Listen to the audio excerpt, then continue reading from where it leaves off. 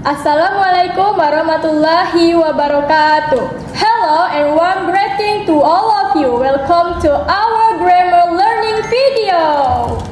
We are from group 5 and from the intermediate grammar class, and today we are very excited to present our final project titled Stepping the 5-Star D, a creative and systematic way to master defining and non-defining clauses. Before we dive in, let me introduce our amazing team. My name is Putri Ikrima. My name is Tamara Gunjanova. My name is Delvina Fania. My name is Jalayola Nanisha Putri. And my name is Rendrani Zaskia Dewi. Enjoy! So, what are our objectives for today? First, we want to help you understand the difference between defining and non-defining clauses. Second, we will apply the Stepping the 5 Stairs D method systematically. Third, we will construct complex sentence using relative clause accurately. Fourth, we will differentiate essential and non-essential information. Fifth, we will use relative pronouns correctly, like who, whom, whose, which, and that. Sixth, we will demonstrate grammar through authentic communication. And finally, we aim to prove our speaking, pronunciation, collaboration, and presentation skills. Why is this important? Because in English, sentence expansion is crucial. It makes our communication richer, clearer, and more natural. Instead of saying short, choppy sentence, we can combine ideas smoothly. For example, instead of saying I have a friend, she lives in Jakarta, we can say I have a friend who lives in Jakarta. See how much better that sounds? So, without further ado, let's begin our journey into the world of relative clause. Alright, thank you Tamara Gunjanova, and my name is Rendrani Zaskia Dewi. Now let me take you through the core of our method, Stepping the 5-Star D. Actually, in this project, we must focus on the first 3 steps, D1, D2, and D3. Let me explain each one in detail. D1, defining clauses. A defining clause gives us essential information about the noun it modifies. Without this clause, the sentence becomes incomplete or change the meaning. We do not use commas. Example, the students who studies hard will pass the exam. If we remove who studies hard, we don't know which students we're talking about. Another example, the book that I borrowed is on the table. The clause tells us exactly which book it is. Day 2. Non-defining clauses. A non-defining clauses give extra, non-essential information. The sentence still makes sense without it. We must use commas to separate it from the main sentence. Example, my mother, who is a teacher, loves reading. Even if we remove who is a teacher, we still know who my mother is. Another example, Bali, which is known as the island of the gods, attracts many tourists. The clause adds nice info, but it's not necessary to identify Bali. Day 3, punctuation and relative pronouns. Now, let's talk about the tools we use to build these clauses, relative pronouns. 1. Who, used for people as a subject. Example, the man who called you is my uncle. For whom, used for people as an object. Example, the woman whom you met is my boss. For formal. For whose, shows possession. Example, the boy whose bag is red is my brother. Which, used for things or animals. Example, the car which I bought is new. That, used for people or things, but only in defining clauses. Example, the songs that you like is popular. For important rule that cannot be used in non-defining clauses. So we cannot say my house that is big is expensive. It should be my house which is big is expensive. Also, remember no commas. Defining essential for commas, non-defining or extra. Let's test your understanding. The students who pass the test are happy. Defining which students, only those who pass. The students who pass the test are happy. Non-defining, all students pass and they're happy. See the difference? Punctuation changes meaning. So, D1 gives essential info. D2 gives extra info. And D3 gives us the correct pronouns and punctuation. These three steps are the foundation of our method. Alright, thank you Della. Now, let's move to the most practical part, sentence transformation. We will show you how to combine two simple sentences into one complex sentence using relative clauses. We'll cover three types: subject, object, and possessive relative clauses. Let's begin. Type 1, subject relative clause. Base sentence: the girl is my classmate. She won the competition. Notice that she refers to the girl. Both sentences have the same subject. Step 1. Identify the repeated element, the girl and she. And step 2. Replace the pronoun with a relative pronoun, who, because it's a person and a subject. Step 3. Combine the girl who won the competition is my classmate. Explanation. We remove she to avoid repetition. Who acts as the subject of the relative clause. The clause gives essential info defining. Without it, we don't know which girl. Type 2, object relative clause. Base sentence: I read the book. You recommend it. Here it refers to the book. The book is the object in the second sentence. Step 1. Identify the repeated element, the book and it. Step 2. Replace it with a relative pronoun, that or which. 4 things. Since it's an object, we can also omit in informal English. Step 3. Combine. The book that you recommended is interesting. For the explanation, that replaces it and refers back to the book. You, and the second, you, is the subject of the relative clauses. And the third, this. This is a defining clause. It tells you which book. Type 3, possessive relative clause. Base sentence: the teacher is strict. Her class is challenging. Her shows possession is belong to the teacher. Step 1. Identify the possessive relationship. Her class. The teacher class. Step 2. Replace her with was. The only possessive relative pronoun. Step 3. Combine. The teacher was class is challenging is strict. For the explanation, was connects to teacher to the class. This is a defining clause. It identifies which teacher.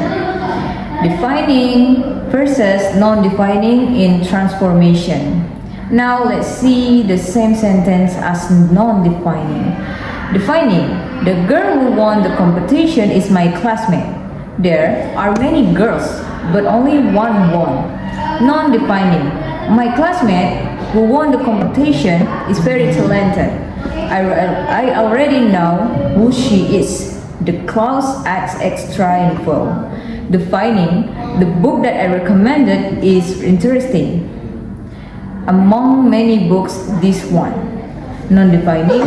The book which you recommended is interesting. Only one book and you recommend it, extra info. Notice the commas. They are the key difference. So in transformation, we always add in this information essential to identify the noun. If yes, defining, no commas. If no, non-defining, commas. Let's do one more quick examples. The man is a doctor. He lives next door. Defining. The man who lives next door is a doctor. Non-defining. The man who lives next door is a doctor. If there's only one man we're talking about, see how the meaning shifts. This is why understanding content is so important. Part 4, authentic communication demonstration. So our group will do a role play and dialogue simulations. Now, we'll show you how relative clauses are used in real-life communication. Grammar is not just for exam, it's for speaking naturally. We have prepared a few scenarios, a tourist information session, an interview, and a storytelling moment, and let's watch. Hi Rere, I want to visit a beautiful beach in Indonesia. Can you recommend one? Of course, you should visit a pink beach which is located in Komodo Islands. It's famous for unique color. Wow, what about accommodation? There are several resorts that offer amazing ocean views. I can book one for you. Great, and is there any local food I should try? Yeah, try the grilled fish, which is caught fresh every day. It's delicious. Tell me about yourself. I'm a graduate who majored in marketing. I have experience in digital campaigns that increase sales by 30%. Impressive. And what about teamwork?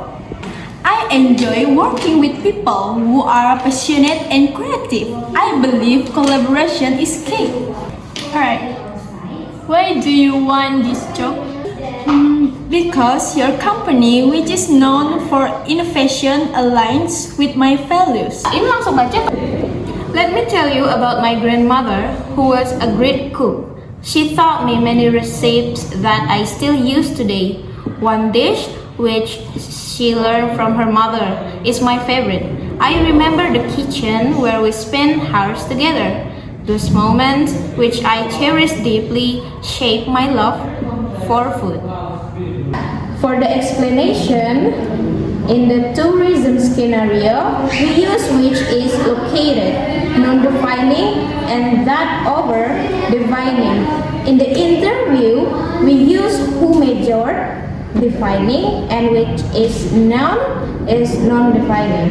In storytelling, we use a mix to make the narrative more vivid and connected. Notice how these clauses make our speech smoother, more detailed, and more professional.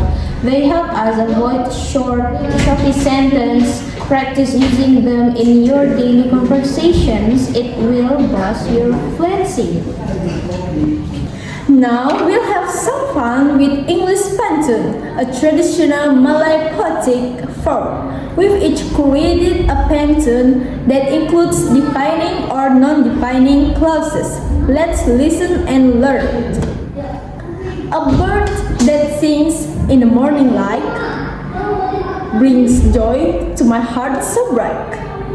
The sun which rises with golden hue reminds me that life feels new. For explanation that sings is defining.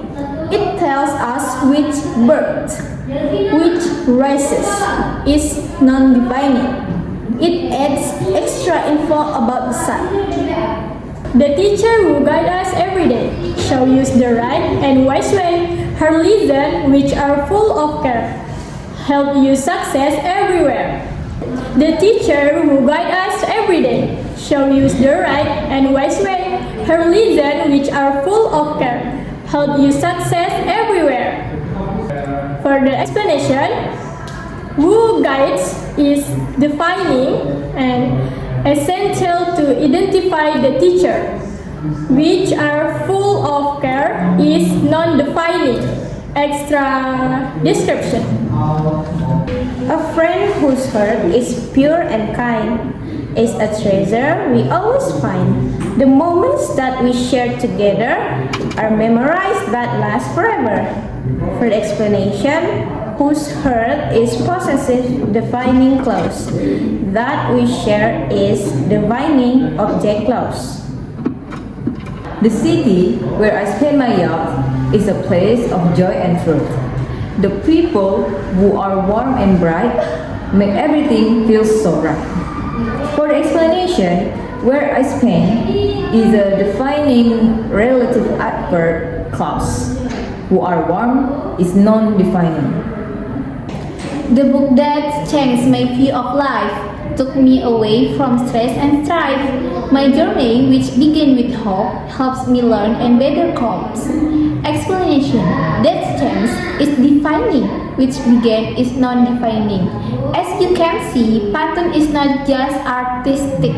It's a great way to practice grammar creatively. It's focused us to think about structure, rhythm, and meaning. At the same time, we encourage you to try writing your own. Okay, now let's compare stepping the 5 stairs D with another grammar teaching method. We choose the grammar translation method, which is a traditional approach. The similarities. Both methods explain grammar rules explicitly. Second, both use examples and translations to clarify meaning. And the last, both aim to help students understand sentence structure.